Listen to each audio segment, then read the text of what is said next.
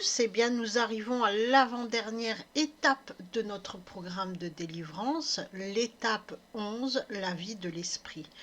Et comme nous arrivons à l'avant-dernière étape de notre programme de délivrance, eh bien on va se saisir de l'avant-dernière arme que Dieu nous donne, toujours une arme défensive, pour nous aider dans le combat spirituel que nous devons mener contre notre ego.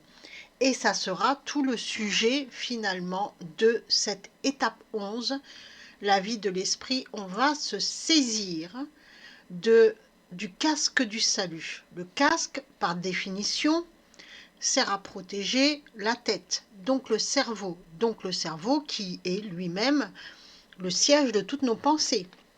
Donc le casque du salut sert à protéger nos pensées.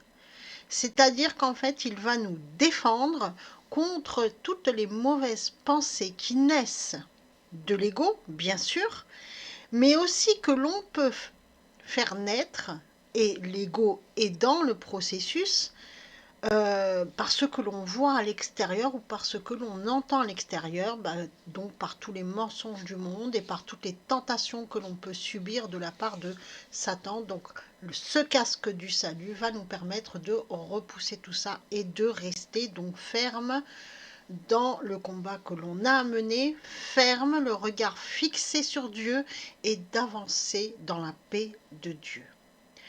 On va profiter aussi de cette étape pour revenir sur une fausse croyance bien trop répandue dans notre monde et surtout dans les sphères religieuses, celle où finalement où on a appris au catéchisme, attention, si tu fais une bêtise, Dieu va te punir. Donc est-ce que Dieu punit réellement? Est-ce que Dieu est vengeur? Et surtout, est-ce que Dieu est colérique? Est-ce qu'il existe réellement une sainte colère? Et on va répondre à tout ça, bien sûr, avec l'aide de la parole de Dieu, qui est la seule vérité possible, et donc on va s'appuyer là-dessus comme à notre habitude.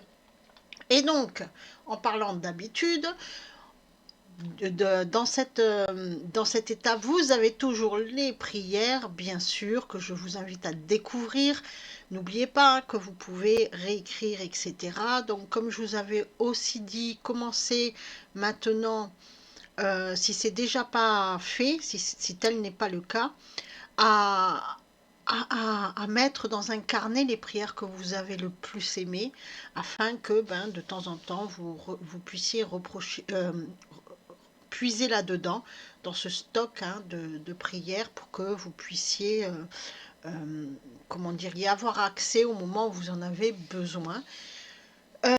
On continuera aussi à lire le psaume 119. Vous avez bien compris que c'est le fil conducteur depuis pas mal d'étapes maintenant, parce que finalement, il nous mène et il nous dit qu'il faut vraiment se tenir au commandement de Dieu, fixer sa parole, avoir sa parole gravée dans notre cœur. C'est le seul moyen de vivre en paix dans un monde qui est complètement corrompu, et de ne pas avoir peur et de ne pas chanceler, parce que c'est ça le risque.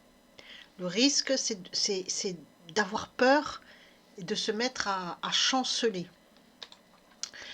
Ensuite, bien sûr, on va aller lire la parole de Dieu. Ça sera votre travail, encore une fois, à vous.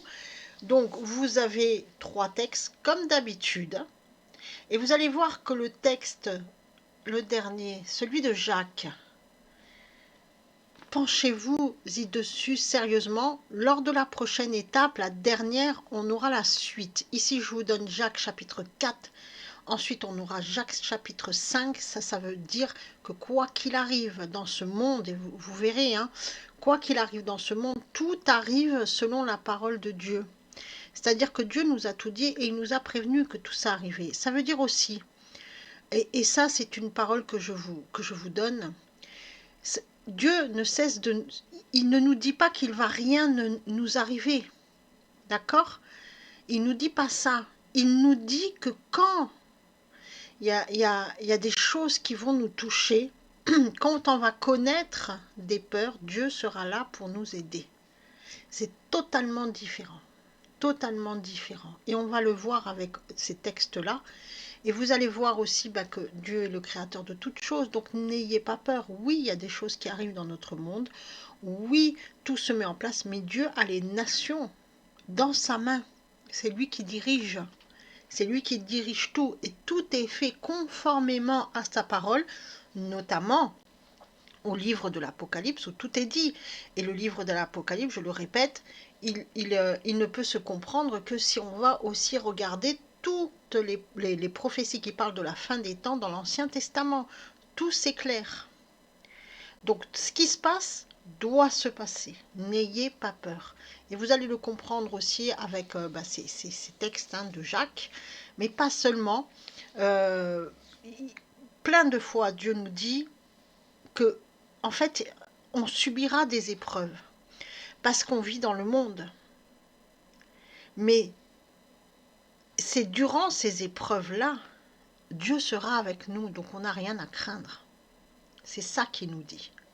Maintenant, on va commencer et puis on va parler donc du casque du salut, donc de la dimension spirituelle de ce casque. Donc le casque du salut, prenez aussi le casque du salut. Éphésiens chapitre 6, la première partie du verset 17. Donc que nous dit réellement Paul? Qu'est-ce qu'il cherche à nous dire? Voici le casque du soldat romain. Alors, il existait plusieurs formes de casques romains, mais ce qu'ils avaient tous en commun, c'était qu'ils étaient fabriqués de métal et de cuir, deux matériaux que l'on retrouve dans toutes les formes du casque du soldat romain. Soit le casque était entièrement moulé dans une seule pièce métallique, soit il était composé de plusieurs pièces de métal qu'on assemblait. Dans les deux cas, l'intérieur du casque était doublé de cuir et donc ce cuir était en contact direct avec la peau. Et ça permettait aussi quand le soldat il transpirait, de pouvoir qu'il ne s'irrite pas en fait avec sa propre transpiration ou qu'il ne se coupe pas avec le métal. C'était donc beaucoup plus confortable pour le soldat qui finalement ne risque pas de se blesser en enfilant son casque. D'ailleurs, quand on voit même un casque de motard, on voit bien qu'à l'intérieur, il y a une espèce de mousse, de tissu, de mousse qui protège en fait pour pas qu'on se blesse avec la partie métallique. Donc, nous savons, bien sûr, qu'un casque est fait pour protéger la tête. Et donc, la cinquième arme que Dieu nous donne est encore une arme de protection et même une arme de défense. Elle ne sert pas à blesser. D'accord? Donc c'est pour ça qu'on n'est pas réellement dans un combat comme on pourrait l'imaginer dans ce monde-là, un combat armé d'une armée qui s'attaque à une autre armée. C'est vraiment quelque chose qui sert à nous protéger, c'est quelque chose qui sert à nous défendre contre une attaque extérieure et non à aller riposter, non nous-mêmes à aller faire du mal. Même si certains pourraient se dire oui mais je prends mon casque et je peux frapper avec le casque. Non, en fait, non. Non. Je sais qu'il y a certains qui peuvent penser ainsi, mais non. Le casque sert vraiment à se protéger. Le casque du soldat romain le protégeait des flèches, mais il était surtout utile lors des combats au corps à corps. Ça y est, on se rapproche là de l'ennemi. Contre les coups d'épée de l'ennemi. Donc il protégeait quoi? Il protégeait la tête. Et symboliquement, la tête est le siège du cerveau, qui contrôle tout le corps, qui est lui-même protégé par les os tout autour et par la substance blanche, etc. etc. Parce qu'il faut protéger ce cerveau. Ce cerveau contrôle tout. C'est le centre. Et donc le cerveau est le siège de la conscience et de l'inconscience. Et c'est là où naissent toutes les pensées. Nos pensées, les pensées de l'esprit, pas les pensées de l'ego. D'accord? Donc pas toutes les mauvaises pensées qui viennent de l'extérieur, du cerveau. Et donc, c'est justement par les pensées que Satan nous attaque. C'est justement, quand je dis Satan, j'englobe aussi l'ego, d'accord? Parce que l'ego, c'est une partie, c'est un fragment de démon. Donc forcément, en plus, l'ego est très sensible aux ordres qu'il reçoit de l'extérieur, donc de Satan et de tout ce qui est mis en place, des mensonges du monde, des médias, etc. Donc là, c'est vraiment pour protéger nos pensées, pour pas qu'ils soient corrompus par les mauvaises pensées qui naissent de l'ego, qui naissent de la tentation, qui naissent des mensonges du monde, etc., etc. Donc c'est en faisant naître la pensée que le fruit de l'arbre de la connaissance est beau et bon qu'il séduisit Ève au jardin d'Éden, Satan. D'accord? Satan, qu'est-ce qu'il a fait? Il a montré à Ève, simplement, il lui a dit, regarde là-bas l'arbre. Et donc il a fait naître cette pensée que le fruit de l'arbre de la connaissance est bon et beau, et beau et bon à manger. Satan lui montre juste le fruit, donc ce qui est visible. Et Ève, qu'est-ce qu'elle a fait? Elle a regardé le fruit et elle vit qu'il était beau et bon à manger. Satan ne lui a jamais dit, il faut manger ce fruit. Il n'a pas dit, tiens, mange. Il ne lui a pas présenté comme ça en disant, tiens, mange. Il lui a dit, regarde ce fruit là-bas. Et c'est là, en fait, c'est ce qu'il fait. Hein. Il induit une pensée. Cette pensée va prendre forme dans notre esprit et va dominer l'esprit. On va s'intéresser dessus, on va bloquer dessus, donc sur ce qui est visible, et c'est là qu'on chute. Donc cette pensée, en fait, elle est née dans Ève parce que Satan a dirigé son attention sur le fruit. Donc, en fait, qu'est-ce qui se passe? Que ça soit l'ego, que ça soit Satan, c'est pareil, puisque ça vient, c'est les mauvaises pensées, hein, et Satan contrôle l'ego, donc il fait naître aussi, il passe par là aussi. Donc Satan nous montre des choses, ce qui est visible, afin de détourner notre attention sur la matière, donc dans nos sens. Ce qui est visible, c'est aussi ce qu'on entend à tort et à travers, les gens qui parlent, les paroles, les machins, tout ça. Ok? Donc, en fait, qu'est-ce qu'il fait? Il passe par nos sens. Il passe par nos sens, ça peut être aussi le goût, ça peut être aussi l'odorat. En tout cas, c'est tout dans le paraître, c'est dans nos sens. Et les sens, dans les sens, il y a l'ego. Donc c'est ce qu'on appelle la tentation. Il fait naître la pensée du désir et c'est cette pensée-là qu'on doit combattre. Et c'est pour ça que Dieu nous donne le casque du salut pour pouvoir les combattre. Lisons en 2 Corinthiens chapitre 11 verset 3. Toutefois, de même que le serpent séduisit Ève par sa ruse, je crains que vos pensées ne se corrompent et ne se détournent de la simplicité du regard de Christ. Alors là, c'est très simple, hein. Finalement, on va le comprendre. Avant la création, avant que Satan a tenté Ève et que Ève a regardé le fruit de l'arbre de la connaissance du bien et du mal, Adam et Ève étaient conscients de tout parce qu'ils avaient été créés à l'image et à la ressemblance de Dieu. On en a déjà parlé et je vous invite à lire Genèse chapitre 1 verset 26. L'image, c'est tselem en hébreu. C'est un mot qui désigne une intelligence qui vient de Dieu. C'est la faculté d'aimer d'une manière inconditionnelle. C'est l'amour inconditionnel, le fameux agapé en grec. Et ça, c'est l'attribut de Jésus-Christ. Donc il nous a créés avec cette faculté d'aimer, agapé. La ressemblance, c'est debout, qui signifie être comme, ressembler à.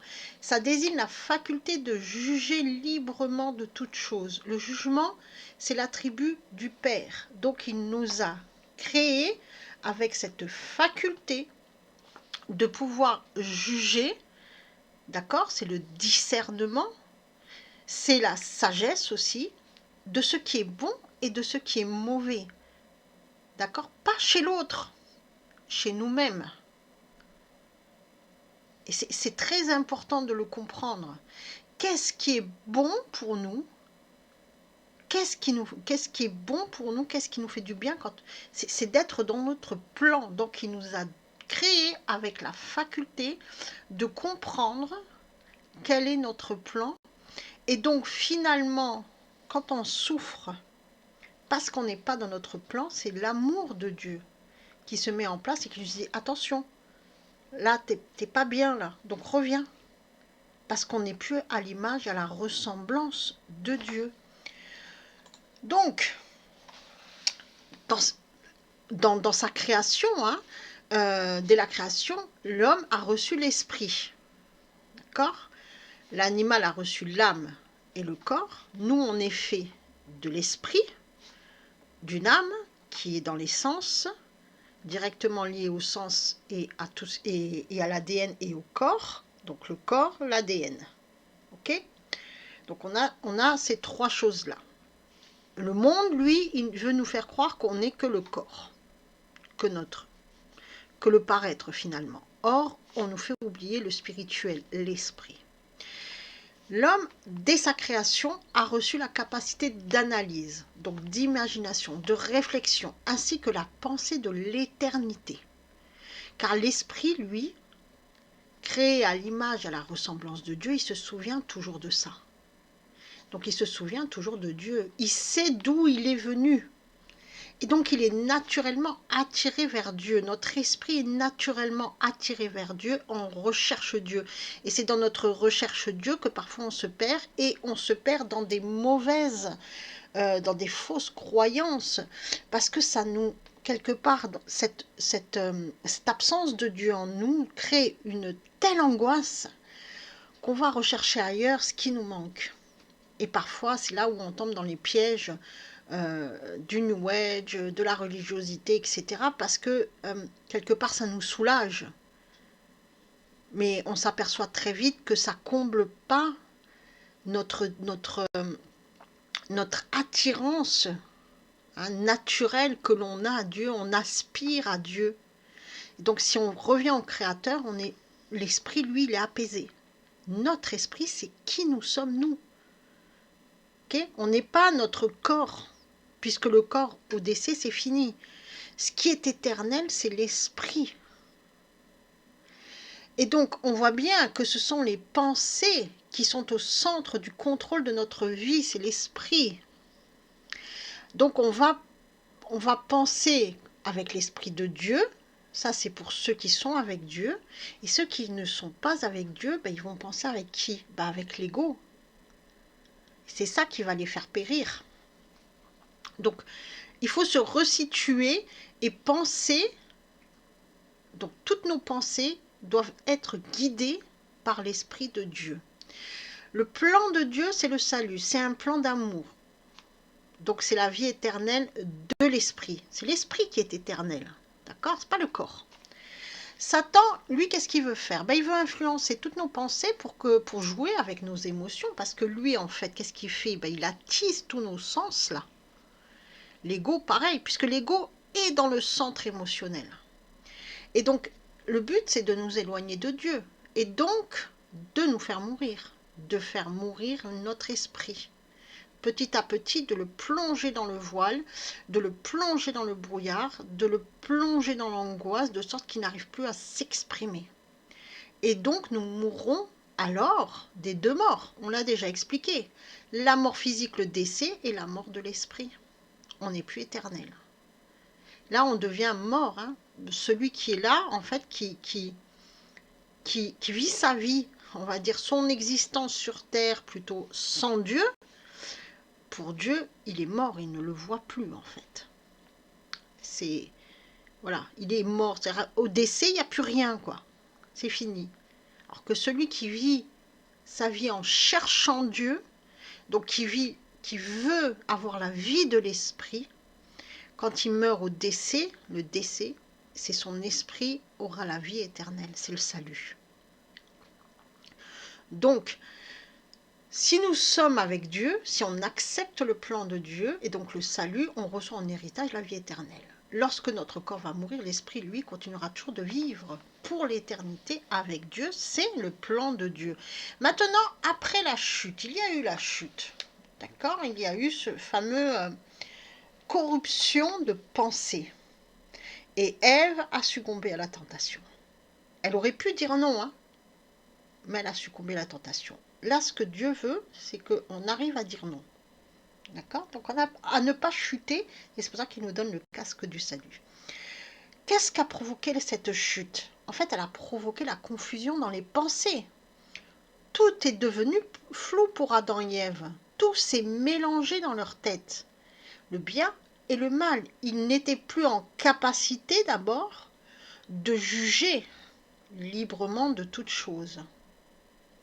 Et ensuite, cette incapacité, donc la ressemblance de Dieu, l'attribut du Père, a créé une incapacité après d'amour.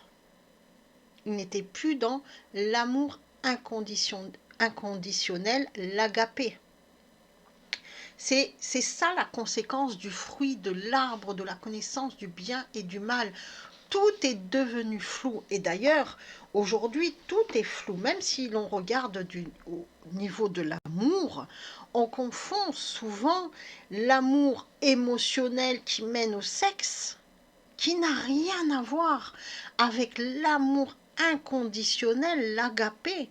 Cet amour inconditionnel, elle peut parfois se voir dans l'amour qu'une mère a pour son enfant. C'est un amour inconditionnel. Et on a perdu, disons que tout est devenu flou.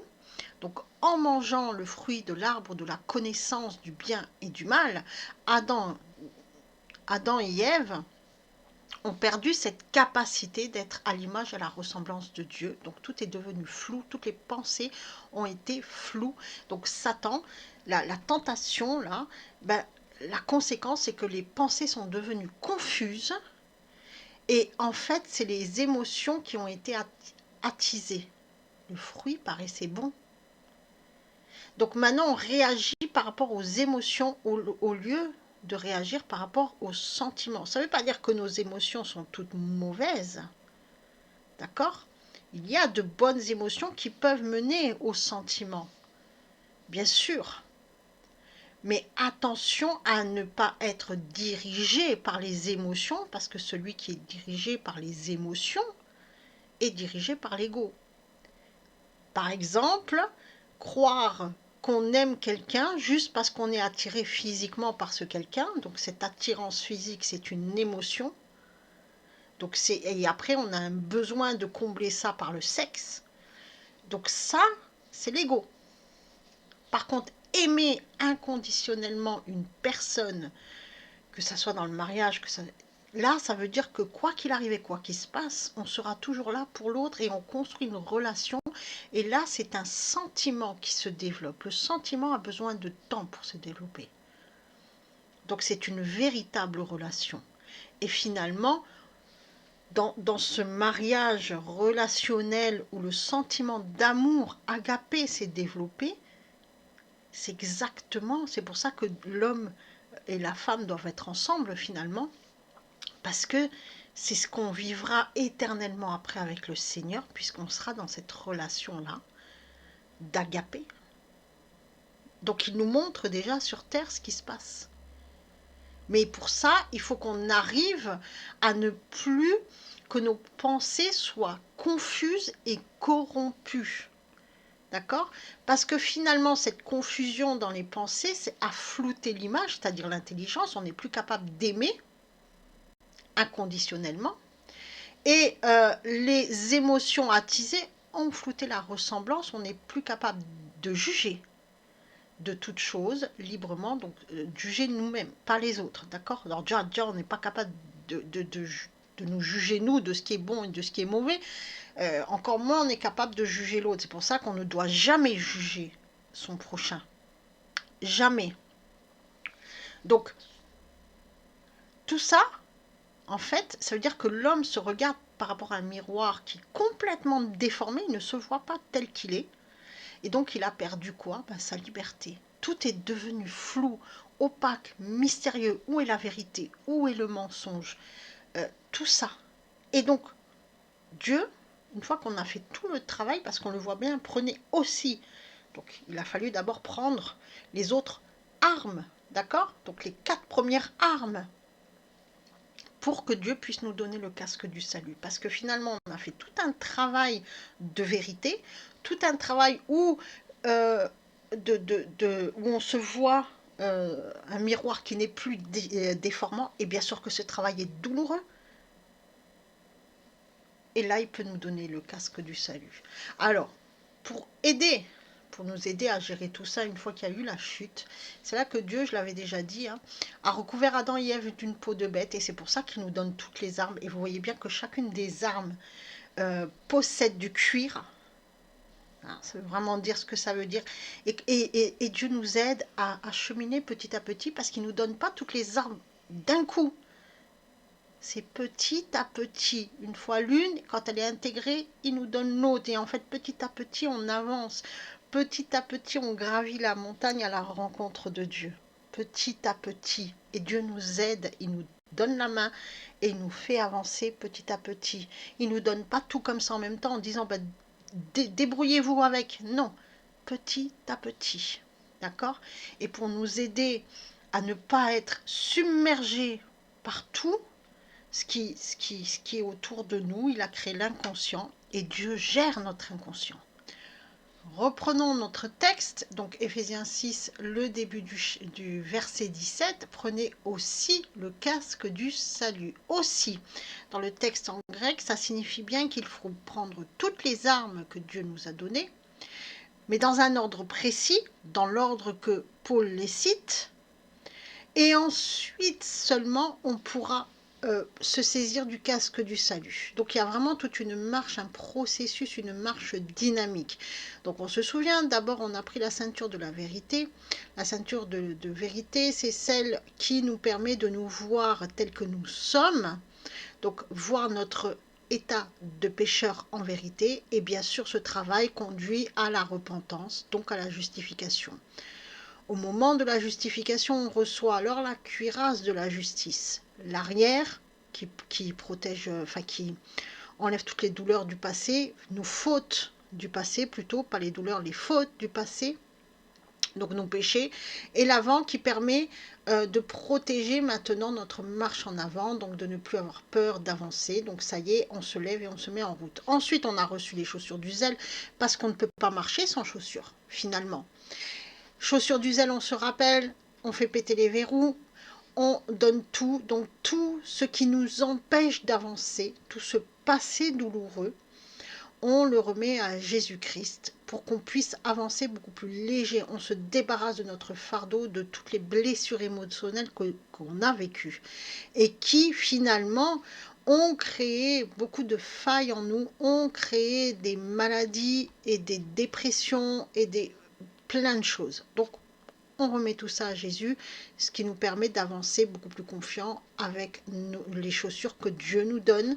Donc, on a enlevé nos anciennes chaussures, on a tout fait péter. Hop, on prend les chaussures du zèle. Et puis, bien sûr, on va recevoir le bouclier de la foi.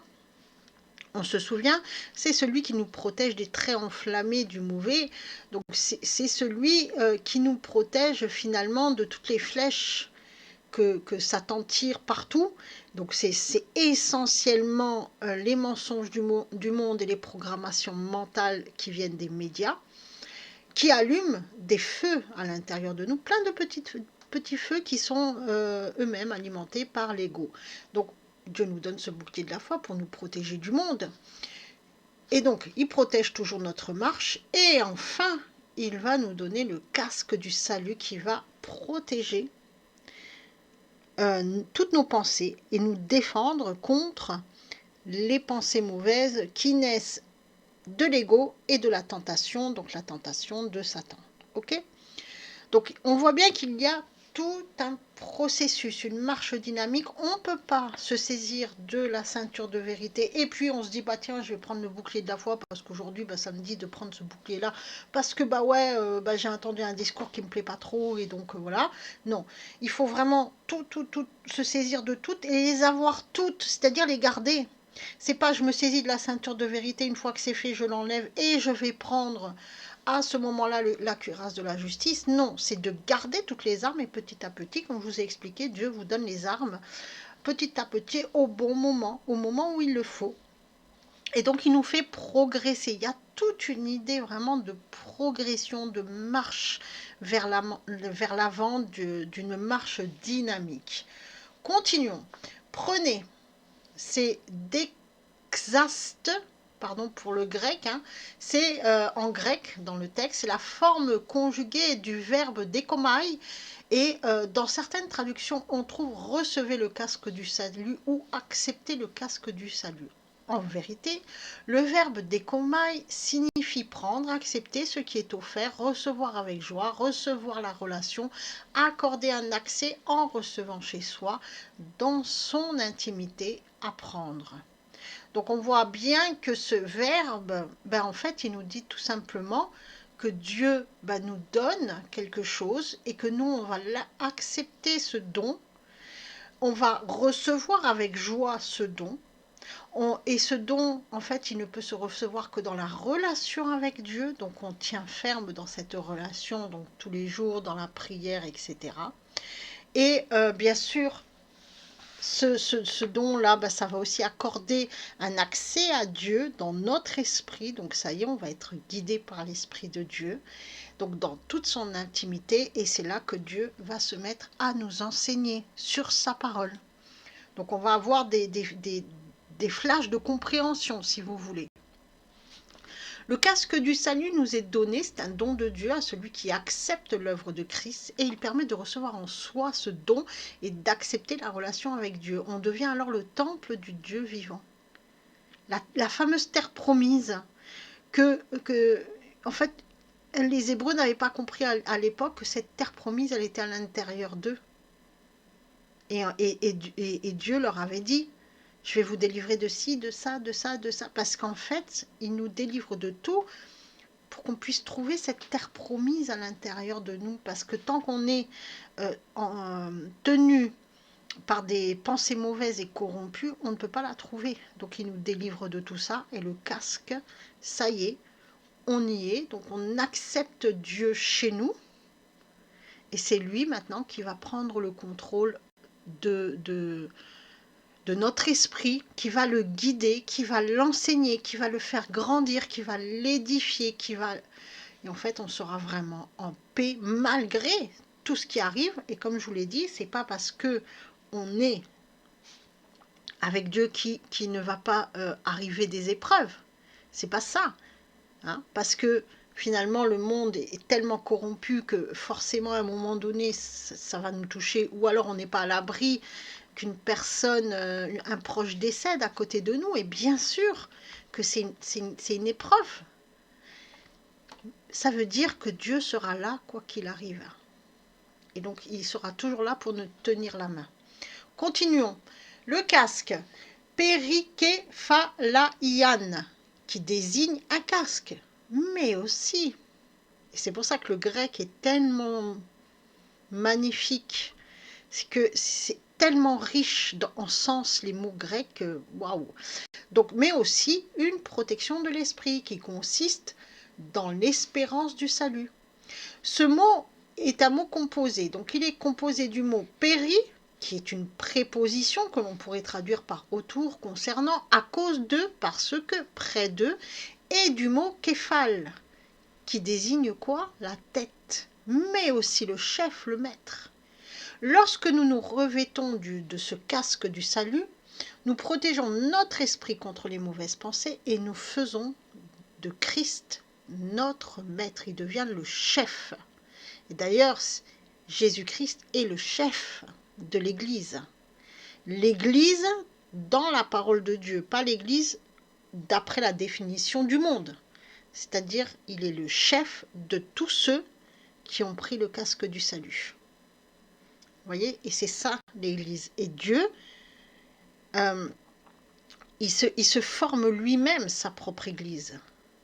Il se forme lui-même sa propre Église. Quand il y en a une qui est corrompue, où il y a les livrets à l'intérieur, où tout est corrompu et en fait où les gens ne suivent plus la parole.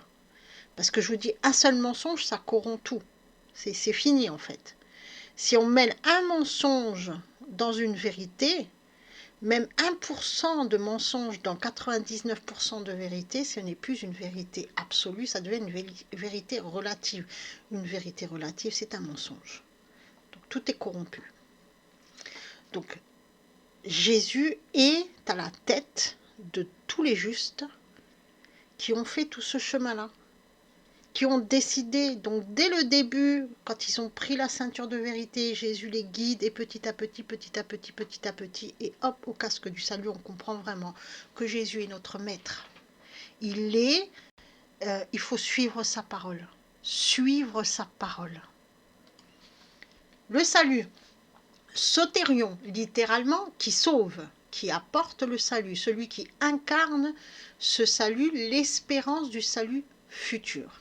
Et c'est là qu'arrive l'espérance dans le salut. Ce mot sotérion découle du mot soteria, qui signifie délivrance, conservation, sûreté, sécurité, salut.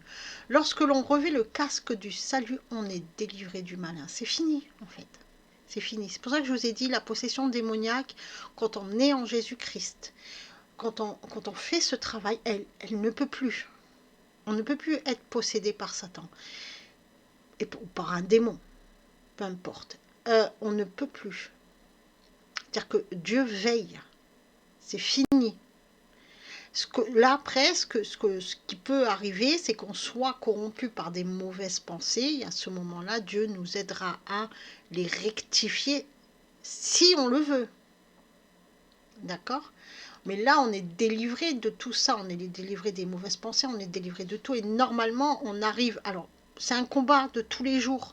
C'est une lutte de tous les jours qu'il faut faire taire cet ego. Mais maintenant, on a tout ce qu'il faut dans les mains pour arriver à le faire taire. C'est-à-dire que ça y est, on peut lui opposer la vérité, la parole de Dieu. Donc, dès qu'il y a une pensée mauvaise qui arrive, il faut de suite dire non. On s'assoit, on réfléchit, on se tourne vers Dieu, on lui pose la question, on prie. Bref, tout de suite, il faut regarder vers Dieu. C'est ça le casque du salut. Ça ne veut pas dire que vous n'aurez pas de mauvaises pensées qui vont naître à votre esprit. Ça veut dire qu'en fait, vous serez capable que ces mauvaises pensées ne se mettent pas dans vos paroles ou dans vos actions. Elles ne se concrétiseront pas dans vos paroles ou dans vos actions. C'est-à-dire que vous serez capable de les repousser. C'est fini. Donc l'ego, lui, va continuer tout le temps. Il va se servir aussi des mensonges du monde, etc. Tout le temps. Mais vous serez en capacité d'être à la ressemblance de Dieu, donc en capacité de juger quelles sont les mauvaises pensées, quelles sont les bonnes pensées, les mauvaises pensées qui viennent de l'ego et les bonnes pensées qui viennent de votre esprit et de l'esprit de Dieu. Voilà, ça c'est le casque du salut. Et tout le travail qu'on a fait en amont nous permet d'arriver ici.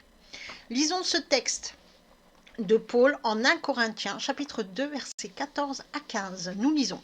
« Mais l'homme animal ne reçoit pas les choses de l'esprit, car elles sont une folie pour lui, et il ne peut pas les connaître, parce que c'est spirituellement qu'on en juge. L'homme spirituel, au contraire, juge de tout, et il n'est lui-même jugé par personne. » Là, l'homme animal, qu'est-ce que Paul veut dire par l'homme animal? L'homme animal, c'est celui qui est dominé par ses sens, donc son ego. C'est celui qui finalement, c'est pas l'esprit qui parle, d'accord? C'est son ego, donc il est devenu son ego. C'est lui l'homme animal. Et l'ego, c'est quoi? C'est un fragment de démon, c'est un animal. Donc en fait, l'homme, c'est pour ça que Dieu lui dit, vous serez pire que des bêtes. Parce que les démons sont pires que des bêtes. C'est-à-dire qu'un animal, lui, il a une âme et il est dirigé par ses instincts et ses émotions. Mais l'animal est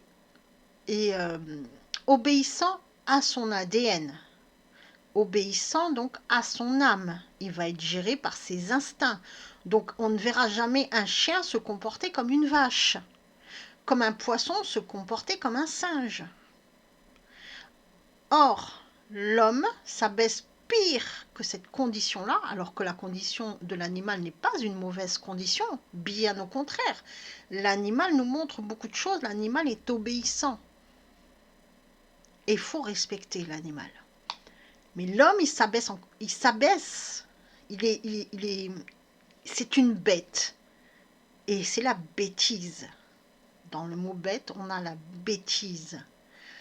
C'est parce qu'en fait, il va carrément à contresens de son ADN. Il se détruit lui-même.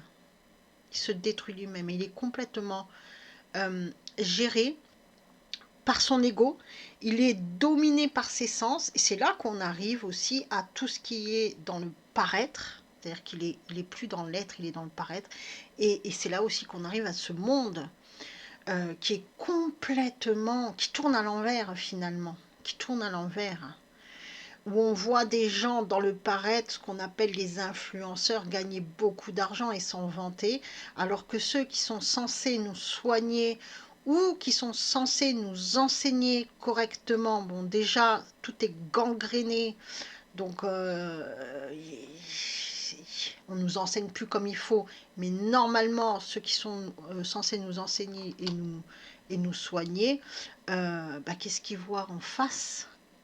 Des gens qui montent leur décolleté ou leurs fesses sur les réseaux sociaux et qui gagnent 10 fois plus qu'eux.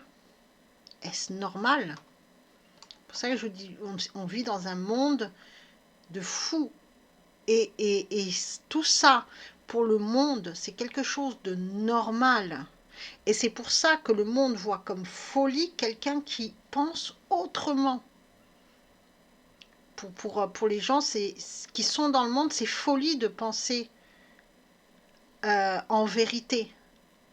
C'est folie. La vérité de Dieu, ils ne peuvent pas l'accepter parce que justement, ils sont dirigés par leur sens.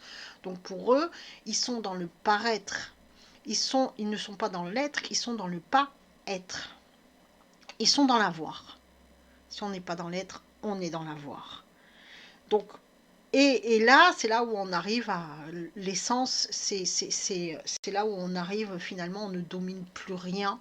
On est esclave, soit de sa colère, soit d'une addiction, soit parce que en fait on va toujours alimenter les sens, on est toujours dans ce paraître, on est toujours dans ce... et on alimente toujours les sens et toujours pour essayer de trouver finalement un but à l'existence. Ça peut être aussi la recherche de pouvoir, ça peut être la recherche de l'argent. On pense qu'on est heureux parce qu'on a plein d'argent et parce qu'on peut s'acheter plein de choses. La vie n'est pas ça. La vie, elle se trouve dans l'amour. Elle ne se trouve pas dans l'avoir. Continuons. Lisons cet autre texte de Paul en Romains chapitre 12 verset 2. Ne vous conformez pas au siècle présent, mais soyez transformés par le renouvellement de l'intelligence, afin que vous discerniez quelle est la volonté de Dieu, ce qui est bon, agréable, parfait. Celui qui est libre, qui est rendu libre parce qu'il a pris le casque du salut, est capable de discernement. Donc il peut juger ce qui vient de Dieu et ce qui vient du monde pour lui-même. Attention, parce que seul Dieu peut juger autrui, parce que seul Dieu connaît parfaitement la vie d'une autre personne. Nous, on ne peut pas savoir par où est passée telle ou telle personne, donc on peut juger de rien chez quelqu'un d'autre. Et la plupart du temps, le jugement vient de ce que l'on connaît. Si on ne connaît pas quelque chose, on ne peut pas juger, on ne l'a pas en fait. Je prends un exemple. Imaginez quelqu'un qui n'a jamais connu le mensonge. Il ne sait pas mentir, il ne connaît pas ce que c'est en fait. Et un jour, il tombe sur une personne qui, lui, est menteur. Enfin, cette personne, elle est menteuse. Pardon. Il ne connaît pas, lui, ce que c'est que le mensonge. Il va être confronté à ça, donc il va faire l'expérience du mensonge, mais il ne pourra pas juger la personne de mensonge parce qu'il ne l'a pas dans son univers à lui. Il ne connaît pas. Donc on ne peut juger que de ce qu'on connaît. Donc la plupart du temps, quand on juge les défauts de quelqu'un, c'est parce que ce défaut-là, on l'a déjà expérimenté, on l'a en nous. Et donc on ne supporte pas de le voir chez quelqu'un d'autre. Comprenez? C'est pour ça qu'on ne peut pas juger pour une autre personne, chez une autre personne. Par contre, par le casque du salut, on reçoit ce discernement qui nous permet de juger ce qui vient de Dieu et ce qui vient de l'ego chez nous. Donc de trancher, et d'ailleurs après, c'est pour ça qu'on aura l'épée, hein, l'épée qui nous permet de trancher entre ce qui est vérité et ce qui est mensonge. Mais chez nous, ça veut dire que quand on va entendre quelque chose qui vient du monde, on saura que c'est mauvais, que ce qu'on voit, que ce qu'on entend, que c'est mauvais parce que quelque part c'est pas en accord avec la parole de Dieu. On sera capable de faire ça. Et on saura aussi si la mauvaise pensée qui vient parce qu'on a entendu ci ou parce qu'on a vu ça est mauvaise parce que justement on a le casque du salut. Donc on ne peut pas juger son prochain, par contre on peut juger de ce qu'on entend, de ce qu'on voit. Et donc de la mauvaise pensée qui est engendrée par ce qu'on entend et par ce qu'on voit. Et donc cette mauvaise pensée ne va pas se matérialiser, puisqu'on la bloquera, elle ne va pas se matérialiser ni dans la parole, ni dans l'action. Et donc on sera conforme, on sera dans le plan de Dieu. Là on est capable, on est à la ressemblance de Dieu, et on sera capable aussi d'être à l'image de Dieu, c'est-à-dire être capable d'aimer inconditionnellement. C'est-à-dire que quand on va faire quelque chose, on le fera toujours avec un cœur pur, sans rien attendre en retour. C'est ça, être capable d'aimer. Donc, prendre le casque du salut, finalement, c'est accepter la vie offerte par Jésus-Christ dans le renouvellement de son esprit. C'est accepter de vivre et non plus se contenter d'exister. Donc, d'être ballotté dans tous les sens par nos sens. Donc c'est revenir à l'image, à la ressemblance de Dieu, être capable d'aimer, agapé, et être capable de juger justement nous-mêmes, nos mauvaises pensées. Et donc c'est avoir une vision claire, donc la tête, donc toutes les pensées qui sont tournées vers Dieu et qui sont protégées, et toutes ces pensées, en fait, notre esprit est protégé des assauts du démon et de l'ego, bien sûr. Maintenant, parlons de cette fausse croyance du Dieu vengeur. Est-ce que Dieu est véritablement vengeur comme on essaye trop souvent de nous le faire croire? En réalité, cette croyance vient de ce texte que l'on peut lire en Nahum chapitre 1 verset 2. Donc Nahum, c'est un prophète. Donc dans l'Ancien Testament, voici ce qu'on lit dans la traduction de Louis II. L'Éternel est un Dieu jaloux, il se venge, l'Éternel se venge, il est plein de fureur, l'Éternel se venge de ses adversaires, il garde rancune à ses ennemis. Alors bien sûr, quand on lit ce texte, on se dit wow, wow, wow, wow, wow. On a vraiment la description finalement d'un Dieu qui se définit lui-même comme un Dieu vengeur, comme un Dieu jaloux, comme un Dieu qui peut être plein de fureur, comme un Dieu qui va éliminer comme ça d'un seul coup tous ses adversaires, etc., etc. Donc en fait, ceux qui aiment présenter Dieu comme un Dieu qui se venge, donc aussi un Dieu qui punit finalement, Dieu va te punir parce que tu as fait le mal, habituellement ils présentent ce texte, ils s'appuient sur ce texte-là. Et donc, ils vont nous présenter finalement dans une lecture littérale de ce texte, une lecture, alors je le rappelle, hein, qui est issue d'une traduction, d'accord, et donc d'une traduction déjà, d'une première traduction latine et de la traduction latine des textes en hébreu et en grec. On en a fait une traduction après en français, en italien, etc. Donc, on est déjà dans des traductions. Alors, il faut vraiment faire très attention aux traductions. Et vous allez voir que finalement, c'est pas du tout ce qui est noté. C'est pas du tout ce qui est noté dans le texte originel ici en hébreu, puisqu'on est dans l'Ancien Testament. Mais déjà, même vous, quand vous lisez, vous allez lire un texte comme ça dans votre Bible, réfléchissez un peu. Posez-vous, laissez, c'est pour ça que je vous ai dit, laissez l'Esprit de Dieu vous guider et vous enseigner. Quand vous lisez un texte comme ça, l'Éternel est un Dieu jaloux, il se venge, l'Éternel se venge, il est plein de fureur, l'Éternel se venge de ses adversaires, il garde rancune à ses ennemis. Là, vous vous posez un peu, vous dites, mais attendez, euh, on m'a dit, Dieu est un Dieu d'amour et de justice, de justesse. Il est agapé, amour inconditionnel. Comment dans l'amour inconditionnel on peut faire ça? Et en même temps, en Dieu il n'y a aucun mal, tout est lumière, il n'y a point de ténèbres en Dieu, souvenez-vous du texte de Jean, d'accord? En Dieu il n'y a aucune ténèbre. Donc comment Dieu pourrait avoir l'idée, pourrait avoir cette pensée de se venger alors que la vengeance est quelque chose qui appartient à l'homme. Même l'animal ne se venge pas. Même l'animal ne se venge pas.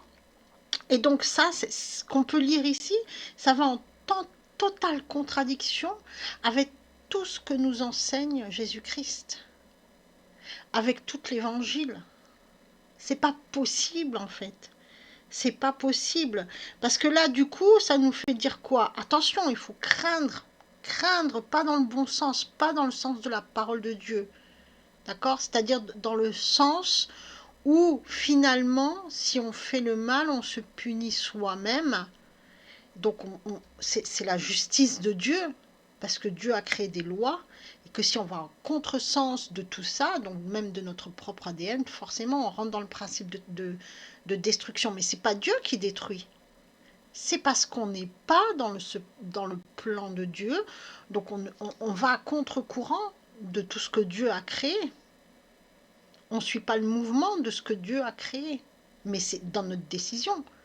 C'est pas Dieu qui a décidé de nous détruire. C'est nous-mêmes en fait. Et c'est pour ça que cette fausse croyance du Dieu vengeur, c'est quelque chose de très dangereux, très dangereux. On a fait croire en fait que qu'il faut que Dieu en fait va se venger, va détruire, mais Dieu n'est pas dans la destruction. D'ailleurs, la vengeance, si on prend comme ça dans sa définition, c'est l'action de nuire à une autre personne dans le but d'obtenir réparation d'un acte offensant reçu. La vengeance est une pensée strictement humaine. La vengeance est même une pensée de sorcier. Croyez-vous que Dieu peut avoir une pensée de sorcier? Peut se dire, toi tu m'as fait mal, je vais me venger en fait. Je vais me venger. Maintenant, mettez-vous à la place d'un père. Son enfant lui fait mal. Est-ce que vous pensez que le père, sa première idée, ça va être, je vais me venger?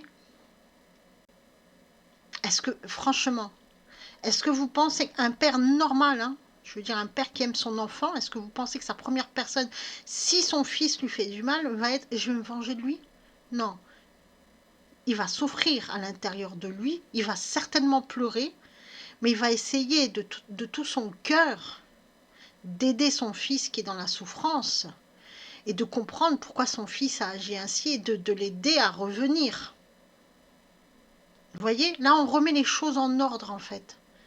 Et quand vous tombez sur un texte comme ça, remettez les choses en perspective, posez-vous des questions, posez les questions à Dieu. Et dites-vous, mais venger, ça veut dire quoi? Ça veut dire ça. Donc la vengeance en elle-même, c'est quoi? C'est une pulsion. C'est un acte primaire qui est relié à un cerveau primitif de l'être humain. D'ailleurs, dans le temps,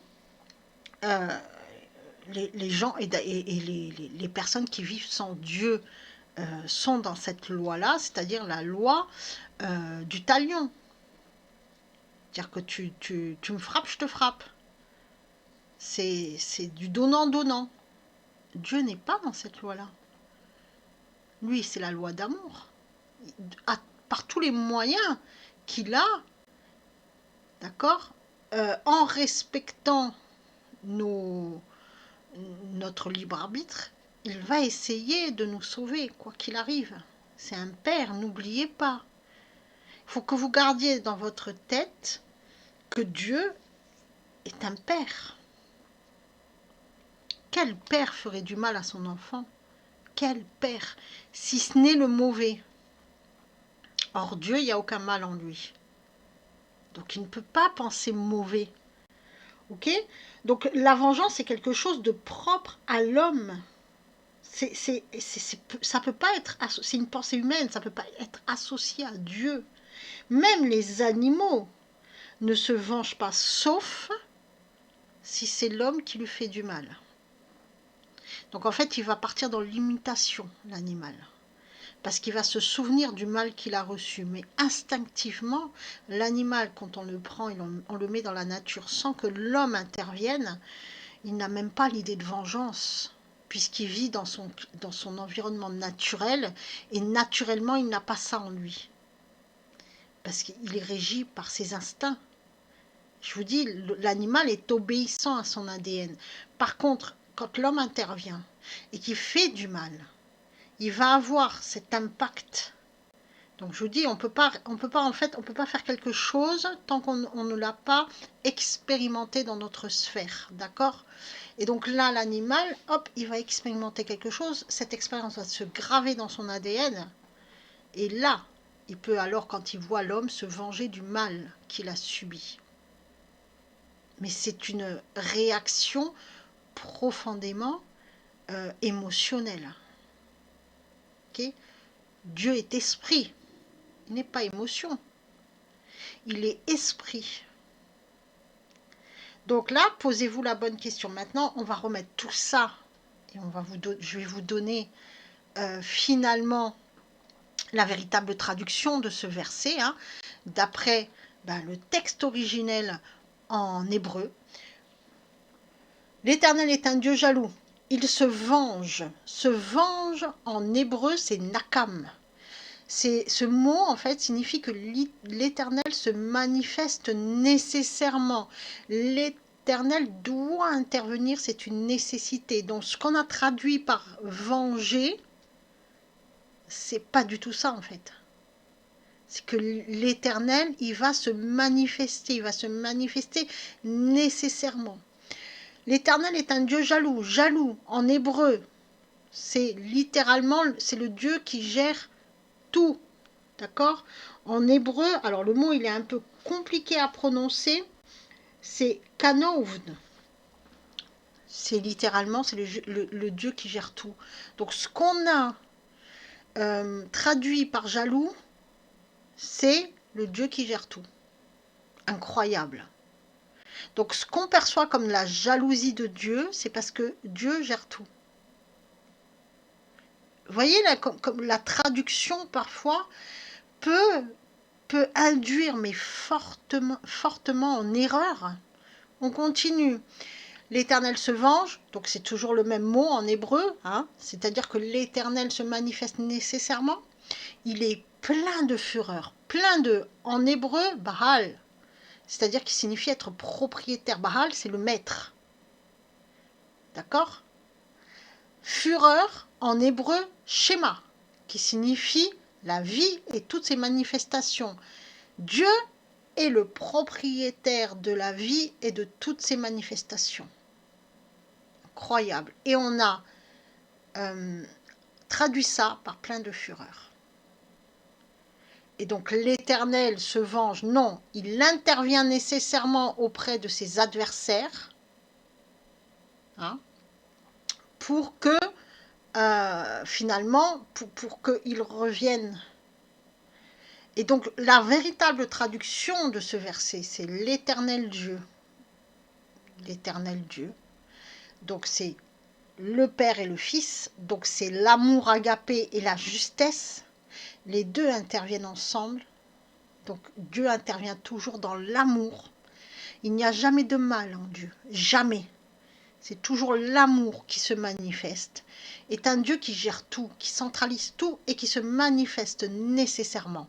L'Éternel se manifeste nécessairement, il est le propriétaire de la vie et de toutes ses manifestations. L'Éternel se manifeste nécessairement à ses ennemis, il veille sur ses ennemis, il les tient sous sa coupe. Voilà comment on aurait dû traduire ce texte. Et là, ça change tout. Il n'y a plus de Dieu vengeur, il n'y a plus de Dieu plein de fureur. Il y a juste un Dieu qui est propriétaire de la vie, bien sûr, puisqu'il est le créateur, qui se manifeste nécessairement et qu'il veille sur ses ennemis. Donc il les tient sous sa coupe. Donc tous ceux, même ceux qui sont sans Dieu, hein, qui pensent pouvoir se passer de Dieu, Dieu est là. Donc tout ce qui se passe dans le monde, c'est Dieu qui gère. Et Dieu, il se manifeste nécessairement. Et pour que l'homme puisse comprendre et se tourner vers lui, tout ce qui se passe est fait pour que l'homme puisse comprendre et se tourner vers lui. Parce que ça n'est que dans la souffrance que l'homme se tourne vers Dieu. C'est pour ça que tout est fait comme ça. Et c'est pour ça qu'il nous dit, l'Apocalypse, ça sert à quoi? Finalement, tous les événements de la fin des temps qu'on est en train de vivre en ce moment même, ça sert à manifester Jésus-Christ. C'est Jésus-Christ qui se manifeste. Ça sert à faire connaître Jésus. Parce que beaucoup de personnes vont se convertir parce qu'ils ont trop mal et donc ils vont chercher Dieu. Parce qu'ils vont chercher à combler leur souffrance. Voyez, et donc ils vont se tourner naturellement vers Dieu. Donc tous les événements qui se passent, Dieu les gère. C'est pour ça qu'il ne faut pas avoir peur. Donc il faut bien comprendre deux choses fondamentales. Dieu veille sur ses ennemis pour qu'ils aient toujours une occasion de se repentir. Ça c'est la première chose, bien sûr, c'est l'amour agapé. Hein, c'est l'amour d'un père. Donc même un père, l'enfant lui fait du mal au père. Il ne va pas chercher à se venger. Par contre, il va guetter. Il va toujours être là pour lui donner une occasion de revenir. C'est ce que fait Dieu.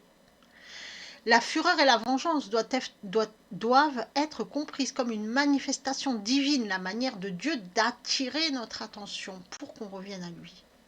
C'est de l'amour agapé. Dieu ne se venge pas, il rectifie pour que l'on puisse obtenir le salut. Dieu veut nous sauver, il ne veut pas nous perdre. En aucun cas. Il n'y a pas de mal en lui. S'il nous a créés, pourquoi est-ce qu'il voudrait nous perdre? Réfléchissez, c'est nous-mêmes en fait. Et ce qu'on perçoit comme de la jalousie ou de la colère, c'est justement cette manifestation divine qui nous met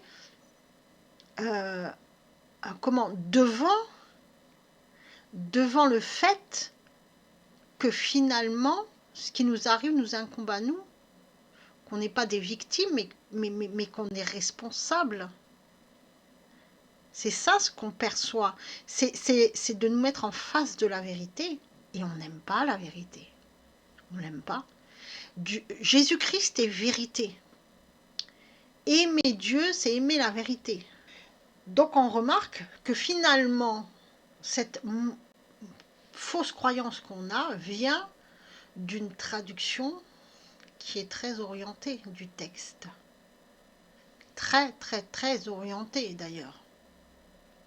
On a voulu nous faire croire que Dieu est un Dieu qui se venge. Donc on a prêté des sentiments humains à Dieu. C'est très pernicieux, hein. C'est comme ça par des glissements qu'on cherche et qu'on nous a éloignés de Dieu. Or, cette vision de Dieu colérique et vengeur, c'est très dangereux. Car pourquoi? Parce qu'après la personne, elle souffre. Et elle, au lieu de s'approcher de Dieu parce qu'on aime Dieu, on va s'approcher de Dieu en se disant, comme ça moi je ne vais pas souffrir. Ouais, mais en fait la raison elle n'est pas bonne. Il faut s'approcher du Père, il faut s'approcher de Jésus-Christ qui est amour, parce qu'on l'aime. Ce que nous demande Dieu, de l'aimer et d'aimer son prochain comme soi-même. Il ne nous demande pas d'avoir peur de lui. Dans la peur, il n'y a pas de respect, il ne peut pas y avoir d'amour. Il nous demande de l'aimer. Donc, faites attention, ça je le dis souvent, à ces traductions qui sont mauvaises, qui sont orientées, qui perdent les gens, qui les enferment dans de fausses croyances. D'accord ? Et en ce sens, c'est vrai que vous allez trouver aussi sur mon blog beaucoup de retraductions, on va dire ça comme ça, sémantiques. de sens, c'est-à-dire de sens des textes. Là où ça va pas, là où ça coince, pour vraiment expliquer et pour sortir en fait de toutes ces fausses croyances, de toutes ces de toutes ces programmations mentales hein, qu'on a reçues depuis notre enfance. Si vous avez fait le catéchisme, si vous bref, voilà, moi vous allez avoir la vérité. Et maintenant, discutons de cette affaire de la sainte colère. Donc on a vu que Dieu n'est pas vengeur, on lui a prêté quelque chose qui est humain, donc on lui a donné une caractéristique humaine, c'est pas possible en fait. Il n'est ni vengeur, mais est-il colérique? Existe-t-il une sainte colère?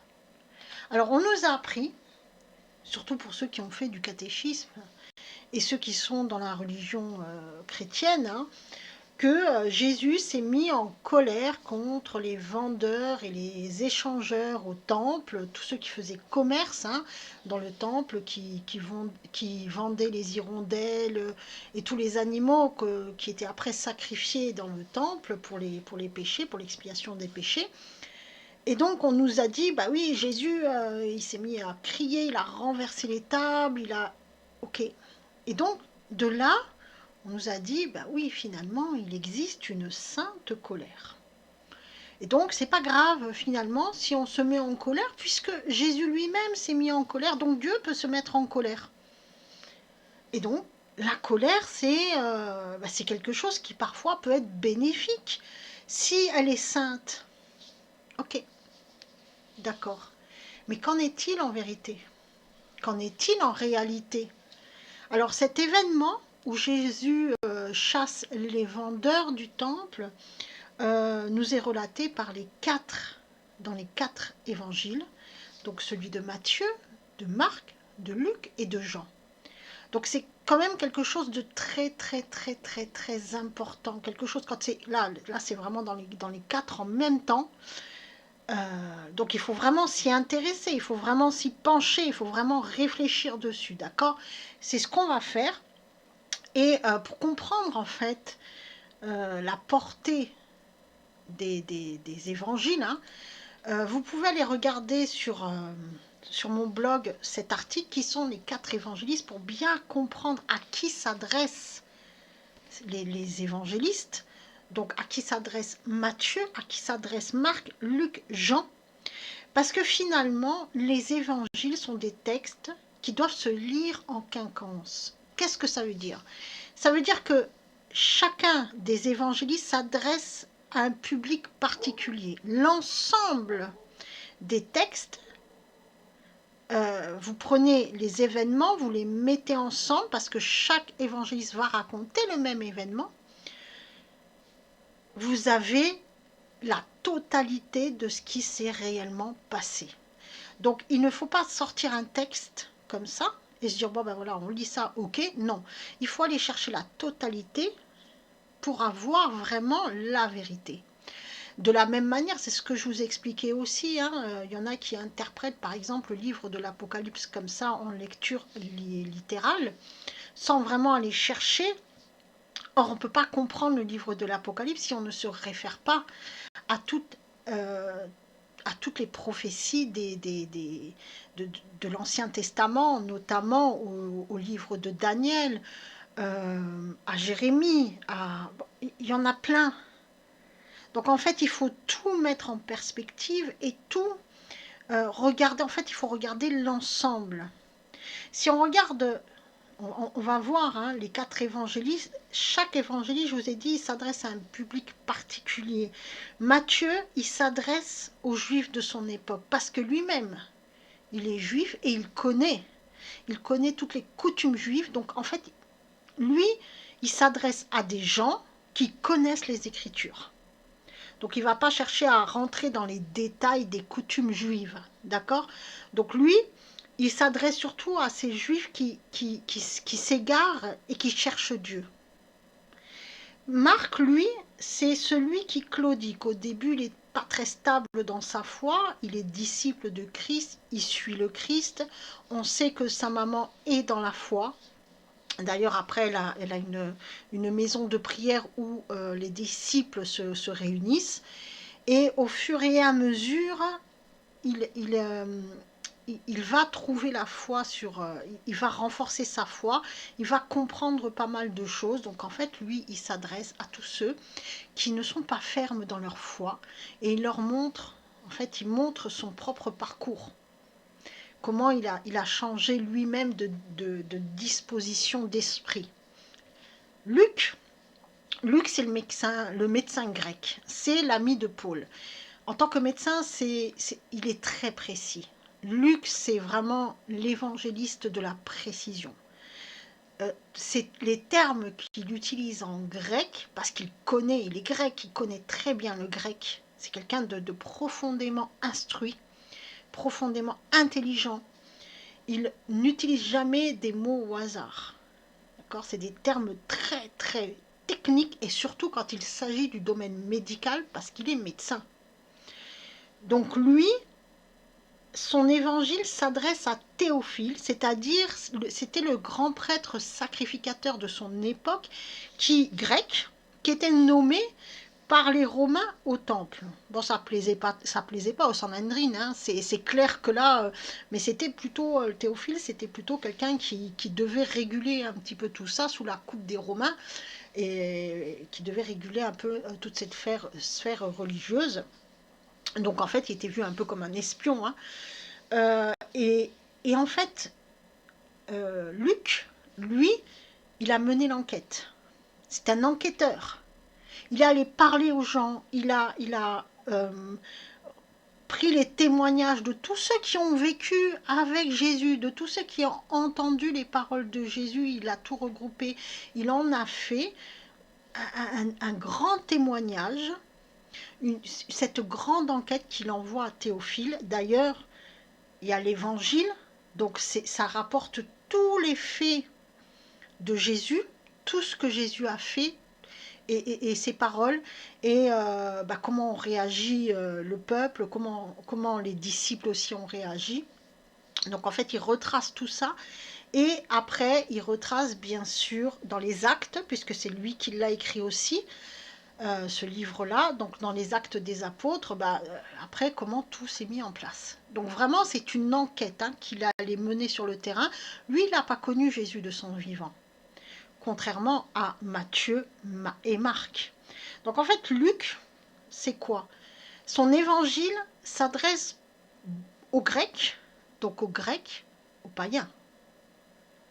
D'accord? Donc on voit bien déjà par les 3 premiers évangiles l'universalité du message. Les évangiles s'adressent à tout le monde. Ceux qui sont dans la religion, ceux qui claudiquent, et ceux qui sont en dehors. Et après, nous avons bien sûr l'évangile de Jean. L'évangile de Jean, il est différent des 3 premiers évangiles, dans le sens où il est très, très, très spirituel. Vraiment très spirituel. Il est magnifique, mais il s'adresse spirituellement aux gens, c'est-à-dire qu'il parle à l'esprit. D'accord ? Donc du coup, nous avons donc ces 4 évangiles qui se complètent, et il faut aller lire les 4. Parce que si vous en prenez un, surtout quand un événement est décrit par les 4 en même temps, c'est qu'il y a quelque chose à aller chercher là-dedans.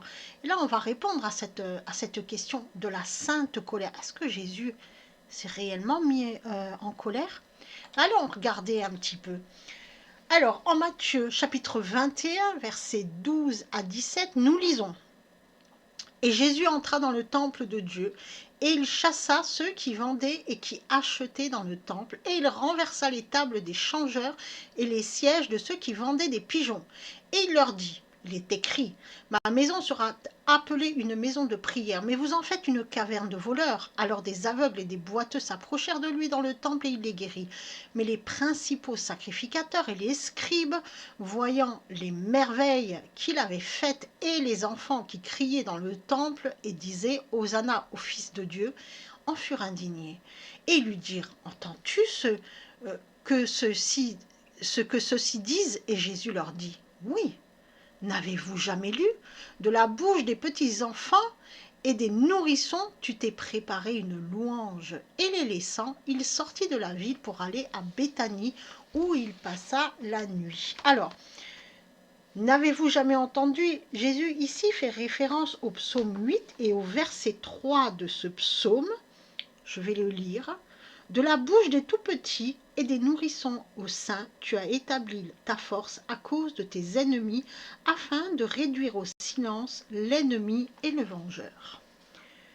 On n'oublie pas, Matthieu s'adresse à des personnes qui connaissent les Écritures. Donc quand Jésus leur dit ça, les sacrificateurs et les scribes qui officient au temple, qui connaissent parfaitement les Écritures, ils savent très bien de quoi Jésus est en train de parler ici.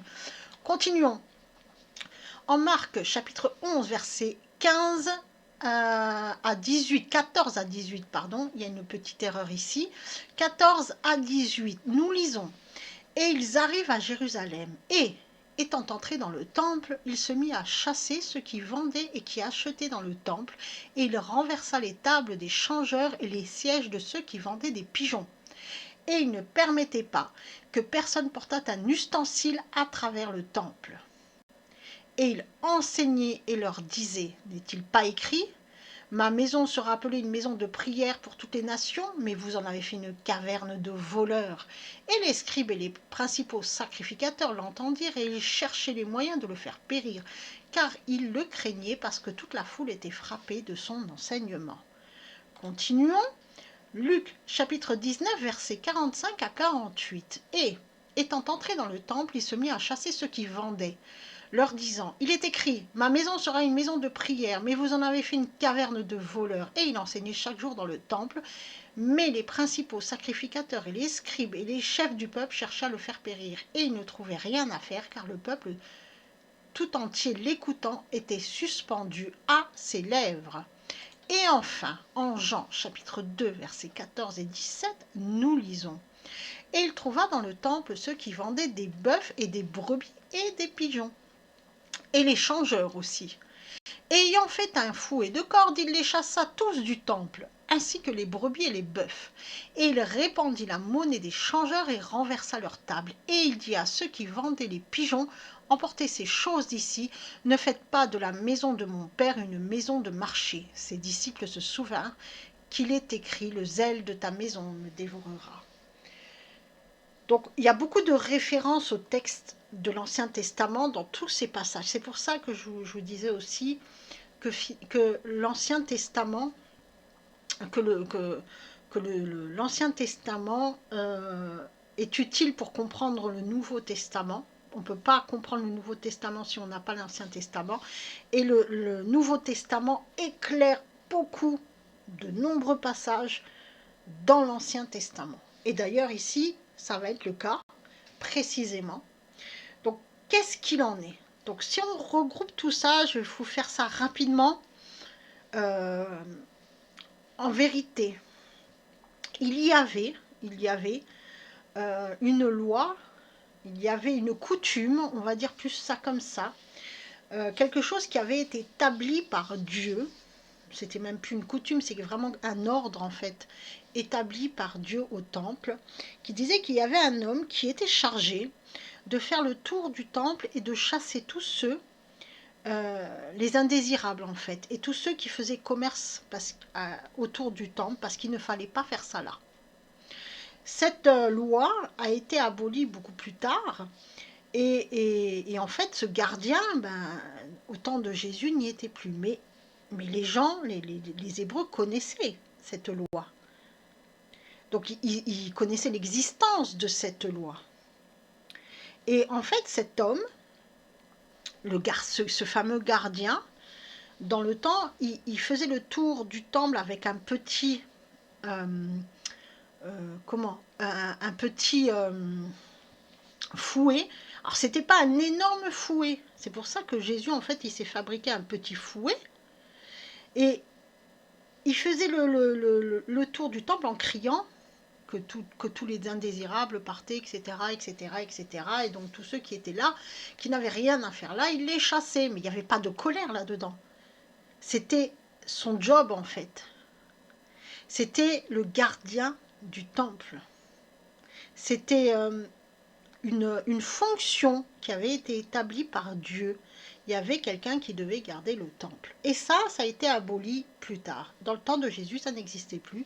Du coup, tout le monde arrivait au temple et faisait commerce, etc., etc. En fait, qu'est-ce qu'il a fait, Jésus? Il a repris ce rôle, cette fonction, puisque c'est lui maintenant qui devient, il a montré que c'est lui qui devient le gardien du temple. Qui est le temple? C'est nous-mêmes. Et Jésus, il est autour du temple et il chasse tous les indésirables. Il n'est pas en colère. Il n'est pas du tout en colère. On nous a présenté ces textes comme Jésus qui était en colère parce qu'il a vu ces marchands du temple. Mais combien de fois Jésus est allé au temple et il les a vus, ces marchands du temple, et pourtant il n'avait rien dit? Et là, comme par hasard, là, hop, il le dit, non. C'est parce que c'était le moment où il montrait qu'il était le gardien du temple, qu'il était le roi du temple. Et comme on comprend dans l'Ancien Testament et on voit le temple, c'est nous. Et dans les évangiles, c'est encore mieux explicité. Le temple, c'est nous. Le gardien du temple, c'est Jésus. Et Jésus, il est constamment autour de nous et il chasse tous les indésirables. Vous comprenez? Ah, il n'y a jamais eu de colère. Il n'y a jamais eu de colère. Et là, on comprend à ce moment-là pourquoi. Pourquoi les sacrificateurs, les principaux sacrificateurs et les scribes, ils cherchaient le moyen de le faire périr parce qu'eux, ils avaient compris l'histoire. Eux, ils avaient compris que Jésus, alors non seulement Jean lui avait donné sa fonction de sacrificateur, donc il était le dernier sacrificateur. Et après Jésus, c'est fini les sacrifices. Donc en fait, il chasse tout le monde. Donc, et les scribes qui connaissaient parfaitement les Écritures à cette époque-là, donc tous ceux qui enseignaient aussi, ceux qui étaient censés enseigner le peuple et guider le peuple, hein, connaissaient parfaitement cette ancienne loi qui a été abolie et ils avaient compris que Jésus avait récupéré cette fonction de gardien du temple. Et ils n'en voulaient pas. Ils n'en voulaient pas parce qu'ils faisaient commerce. Eux, c'était quelque chose qui les enrichissait. Donc, s'ils avaient accepté ça, mais ils perdaient leur richesse, ils perdaient un moyen de s'enrichir. Et c'est pour ça que les principaux sacrificateurs, d'ailleurs c'est répété tout le temps, hein, et les scribes et les chefs du peuple, pourquoi? Parce que tous ces gens-là faisaient commerce sur comment on va dire, sur la pauvreté du peuple. Parce que le peuple, qu'est-ce qu'il devait faire? Il devait absolument, c'est ce on lui apprenait, hein, il devait absolument acheter le pigeon, il devait absolument acheter le bœuf, il devait absolument... Et donc, parfois, il se ruinait rien que pour faire ça, pour expier ses péchés. Parce qu'après, non seulement il les achetait, ensuite il les donnait au sacrificateur, qui lui s'en chargeait de donner le sacrifice à Dieu, donc il le vidait de son sang et après le sacrificateur pouvait manger la viande. Et en fait les gens ils se ruinaient là. Et comme c'était du commerce, il y avait aussi les échangeurs, donc il y avait différentes monnaies qui circulaient, donc c'était quelque chose vraiment qui... Mais c'est pas Dieu qui a voulu ça. Et les sacrificateurs le savaient. Donc Jésus ne s'est jamais mis en colère. Il a simplement repris ce rôle de gardien du temple qui existait, qui était institué par Dieu et que l'homme, a enlevé. Et donc Jésus, il explique clairement qu'il est maintenant le gardien du temple et le temple, c'est nous. Et donc le zèle de ta maison me dévorera, oui. Oui, c'est exactement ça.